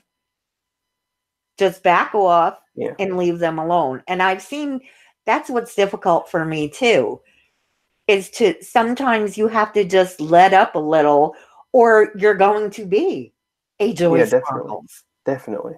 For me as well, I've never claimed to be a super nice guy or anything. I mean, I don't try to say that. I mean, I'm perfectly happy to admit that I'll go for the low blows. The gloves come off, and I'll do whatever it takes to expose, or I'll take risky moves as well. I mean, there have been certain things that have happened, and like during the whole real stream news thing, I manufactured a thing he was calling himself a credible journalist, essentially. So I manufactured some stuff against he really wanted me off his back. So I manufactured some accusations against myself and fed them to him to see if he would actually research them or whatever. I saw that. That was great. I didn't. He didn't. And immediately he started trying to blackmail me in emails. Yes, so you exposed that. That could have went very badly for me if it didn't work out and I was wrong. I could have had accusations about me being a sexual abuser all over the internet, but I was confident that that wasn't going to happen because I knew he was an idiot and that he wasn't actually going to research it, and I knew my plan was going to work. But it could have gone the other way, and it was a risk I was willing to take because I knew he was an idiot. It did not. No, it didn't, and it worked out very well. Reynolds, that was excellent. I loved it. Yeah. And it proved that he has no credibility. It's one of the things that was said to him, for example, is someone said, they said something like 6 years ago, this isn't exactly what was said, I'm paraphrasing, but they said 6 years ago, I was in Scotland at a meat-eating convention, and Rag was 23, and I was 15, and he slapped me on the ass. If he had done any research at all, he would know that right now I'm only 21. Right. So 6 years ago, I'd have been 15. So immediately I would be research would have. Yeah, and my Twitter profile alone has my age on it. So a simple bit of research, and he would have known. But he didn't even take the time to do that. Immediately, he just sent me a DM trying to blackmail me, saying, "Oh, this girl's come forward. You better back off unless you want this to come out." And it's starting to try and blackmail me, and it's like, how pathetic is that? But I wanted him to blackmail me, so. But that's what I did. I mean, the other one that's a bit questionable was with short videos. I don't know if you know about this one because the video was flagged and removed. But this guy, he was telling a lot of lies, and I was doing a lot of trash talk back and forth. And he say it. See, this lets you know what kind of person I am. I love that too. Yeah, well, he went on a video and he made a very clear point of saying, he said, Ryan would never say this stuff to me face to face. He would never say any of this to me if we were face to face. And he was essentially challenging. And if someone says that to me, I'm the kind of guy that takes it as a challenge. And I know he used to do public live streams. He would stream in the center of town, and I only live like a 50-minute train journey from there. So I jumped on the train. And I went there, and I saw him face to face, and I'm like, "Hello." They were filming each other. And I said the things to him face to face. I said, "Hey, it's short videos," and it's like, "Oh, look, I am saying these things. What now? You're a quivering coward, and you're a liar, and you're not as tall as you said you were." And I pride myself on doing these things, and people say, "Oh, well, that was crazy," or "Oh, you stalked him," and it's like, I don't care what you think. I mean, I've got very strong principles, and and I don't care if you think it's bad. Okay, it's bad. I never claimed to be a warrior of God. I mean, well, I never claimed to be nice. Let me put this out there for everyone. The reason I thought it was so funny is because I just knew you were not going to do anything to him. Of course. Yeah. I knew you were not going to be violent to him. You were proving a point. I knew what you were doing. So it was comical. And ladies and gentlemen, just so you know, he actually pushed you away, did he not? I walked up to him. If you watch there's highlights of it elsewhere. On my Facebook page is the only place with the full video. But I approached him from behind and I said, "Oh, hey, look, it's short videos." And he turned around and he was in the middle of this stream. And I went, "Hi, short videos." and I walked up to him and I kind of turned with my back to him because I was vlogging the whole thing. And I said, "Oh, I thought you were tall," or something along those lines. And as I had my back turned to him, comparing height on video, he just gave me a soft little shove on the back of the shoulder. And I'm like, "Why are you pushing me?" And he just stood there with his jaw dropped, and he didn't say anything. And he was like, "Why are you here?" I'm like, "Well, you essentially challenged me to be here. So if you say my name, I show up. That's how I operate." Right. And you actually I offered to offered, take him to lunch. I said, "Do you want to yes. come get some lunch with me? Do you want a sandwich?" And he said no. No, I actually didn't respond. He just kind of walked away. Yes, and the whole thing of it is, to me, I really was hoping he would take you up on that offer. Yeah. Just Oh, my favorite part after that was then he made a video and he was saying, "Rag Reynolds stalked me. He literally stalked me."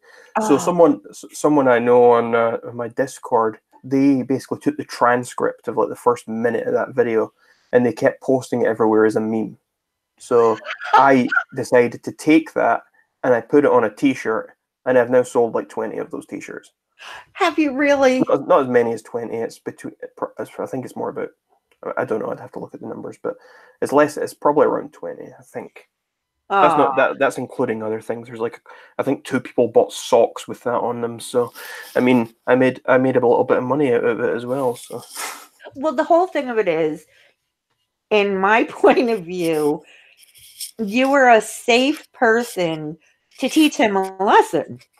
Well, yeah. If you're going to challenge someone to show up, then sometimes they show up. Right, right. And he is younger. So while he was, and I do think he was shocked, he was probably more than a little bit afraid, considering he didn't really know what you really were Yeah. capable I of, what also you do. don't think it was that big of a deal to him because he made that video saying he stalked me. Oh, but A that was couple of days, baloney. but a couple of days later, he was on a live stream with me joking around, and it's so obviously it wasn't a big deal to him. I think he probably enjoyed the whole thing. Well, I think you don't think in the very beginning he was surprised. Oh yeah, he was definitely surprised. But I think after he went home and he thought, "Oh, I can milk this and get a bit more views," but he only did like 1 or 2 more videos, and then he was gone. He stopped making videos entirely. So. Was it that quick after that? Yeah, it was only 1 or 2 videos, maybe 1 or 2 streams as well, and he was gone within a week or maybe a month at most after that. That was great, though. It really was. Yeah. It was funny. I found it comical because, I remember just people do a lot of talking and they talk really big under this, Well, they yeah, people have called me a keyboard warrior before. I'm like, well, that kind of proves I'm the opposite of a keyboard warrior. It was just funny. Does anyone in the chat have any questions at all? Because, we didn't mean to ignore anyone. Mona says, Rag Reynolds, oh, you clever little boy, you catfished him. Rag Reynolds and Twisted Sister, any opinions on the Josh returning from the dead? Whoo! Right. One thing I have to say. Go for it. I bet you Joy is dying. Right. I have to say, I've known the name The Josh for a long time. I've seen him around places, but I've never watched the Josh video, and I've never been up to date on the drama. The last few days, I have been. He commented on a couple of my videos. He sent me a DM right before we were doing this stream. He sent me a couple of DMs about Real Stream News. So all I've seen is a bit buddy-buddy with Real Stream News. That gives me a bit of a bad impression, just certain things I've heard about him as well. I've heard someone said to me he was pedo baiting, and he had like a picture changing his daughter's diaper on a video or something. I've heard a few things. I don't really know enough about him to really make an actual judgment myself. He was trying to clarify something to me in a DM, but I wasn't reading the full thing because I was doing something else. But what I'll say is, I don't know that much about him, so I can't really say much. No, I don't either. I did hear the whole thing. I did not see that where he changed his daughter on a live stream. I don't know why that would be necessary. to do that. That makes no sense to me. I don't think, to be honest, I don't think he's a channel that I would really be interested in watching. I just know that Joy had an issue with him. So really, that's how I knew. Yeah. Well, Joy has an issue with a lot of people. Remember her list of enemies? Yeah, that I'm on. I'm not even on the list. I was very disappointed. She has me blocked on like 3 different Twitter accounts, but I'm not on the list. I was very upset about that. Here's the thing.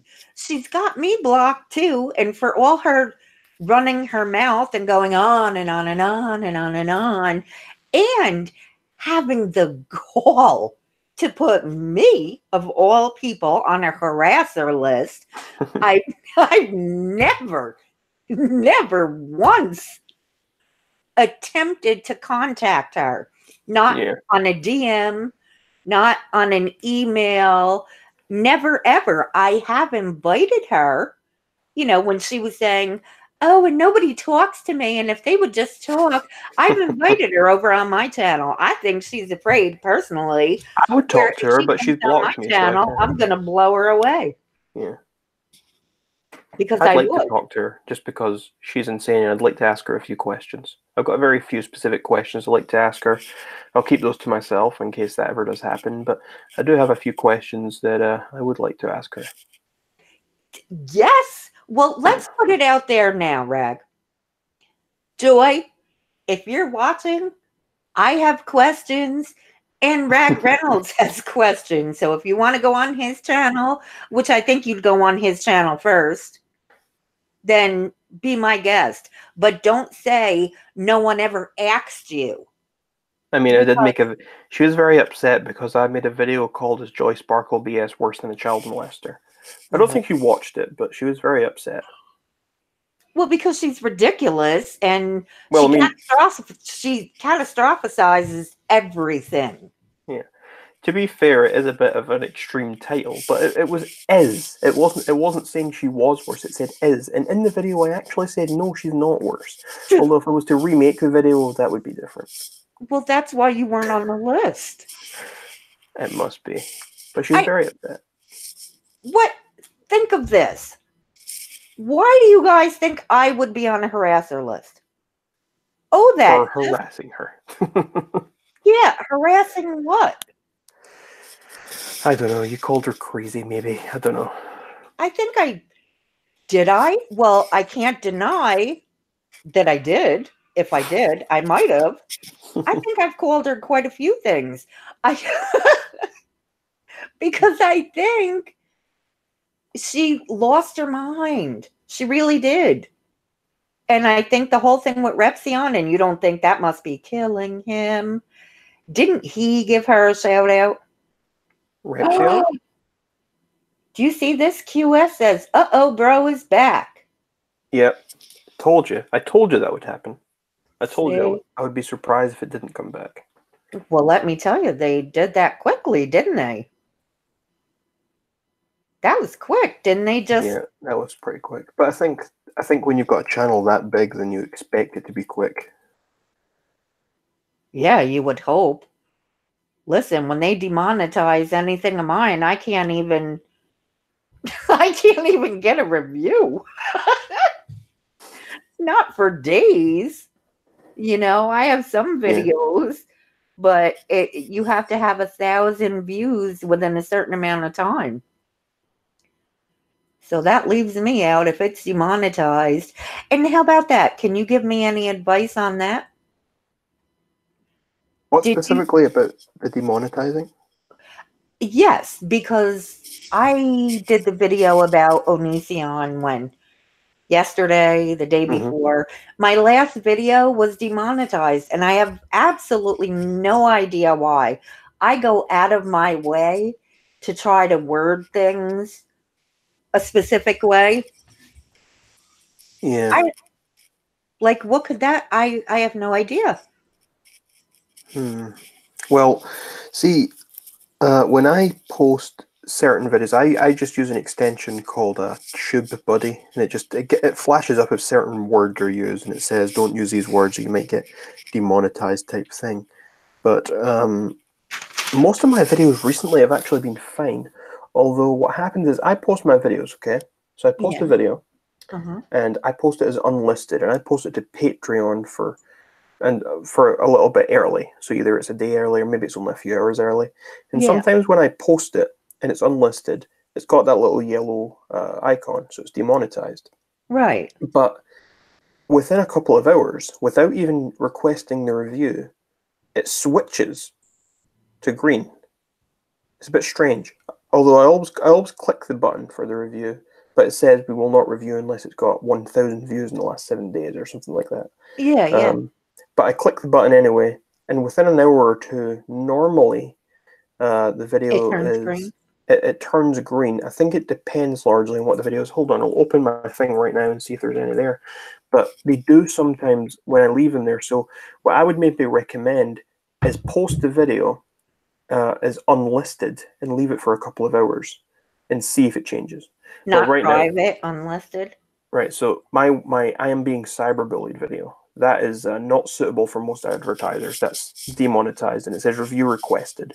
I think that one is more because in my thumbnail there's maybe quite abusive language and there's a lot of swearing in that video as well, so that's probably why. But my other videos, my other recent ones, the rest of this page, all of them are monetized other than one that had a copyrighted song in it. Every single one in my page of videos in my video manager is monetized. And that's Well, you know what? I knew I had an issue with you. why. Because you're monetized. Well, yours and mine are not. It's just I think it's all you. Oh, Blark says, when asking for a review under private, it does not give the disclaimer that it must have 1,000 views. Oh, does it not? I thought it did. Oh, wait, mine isn't usually under private, though. I usually have it unlisted. And Do tell, darling. Thank you. I'm pretty sure it says that when I'm unlisted, though. And it still does it. Maybe not. Maybe I'm just getting it wrong. Unlisted and private are two different.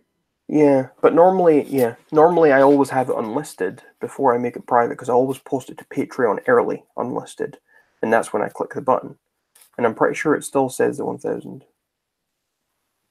Yeah, I don't know. I'll give that a try. But yeah, just yeah, give it a couple of hours before and press the button and see what happens. It seems to help for me.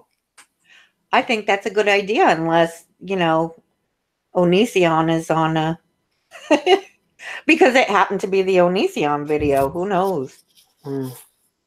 I don't know. I'm still trying to navigate how to get my microphone to work the right way. So, what can you do?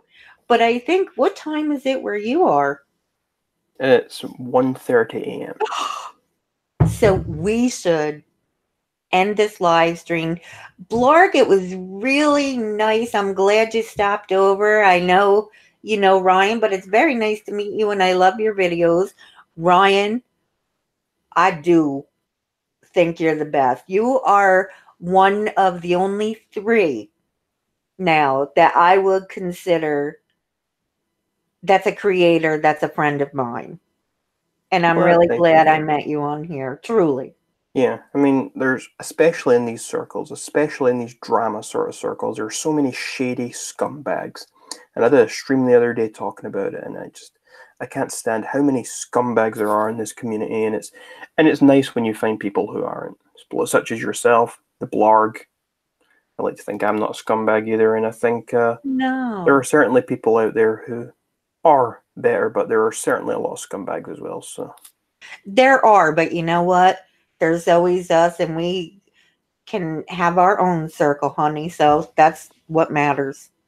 Yeah, that there are good people out there. And I have to say, the viewers, there's some really nice people. I just never expected YouTube. I never expected to make more than a couple videos. Let's be real. From the beginning, I just wanted to try it out, Yeah. But it turned into something, and I'm glad it did, and I'm glad I've met the people that I met on here. And I don't want to keep you too late because I know it's very late where you are. Yeah. So I will, ladies and gentlemen, who's ever left, we are going to get off. Please go check out Ryan's channel. I'm going to, hey, can you put up a link to your channel? In the chat. Yeah. And then I'll steal it and re-edit. I can do that. All right, do that. Everybody, go check out Ryan's channel. You'll love it. And keep in mind, Australia, it's a joke, people. It's a joke. It's not the end of the world. I'm glad you came on. I'm glad I did too. Yeah, and I'm glad there's not too many glitches. I mean, do I sound okay now, or was it terrible? Yeah, you sound okay now. For the last hour and a bit or whatever, you sounded fine. I don't know what happened, but eventually it leveled itself out and it's fine now. Thank goodness. QS, thank you very much. I'm glad you were here. Hope to see you again. Time and space, you too. And I am going to click on that. Did you put that up yet, Mr. Reynolds? Well, I tried to post it in, but it's telling me that I can't post web addresses. Is it really? Yeah, unfortunately it is. All right, so ladies and gentlemen, what I will do is I will put it down, I'll link it, and send it to me on Twitter. Okay, I'll do that. Ryan, and then when I'll just re-edit and put it in the description box below. Hi, Jedi. All right, you ready? We'll end this live stream. All right. Goodbye, we'll everyone. talk to everyone later. Have a nice night, and we'll see you again soon. Bye, everyone. Bye, Ryan. Bye.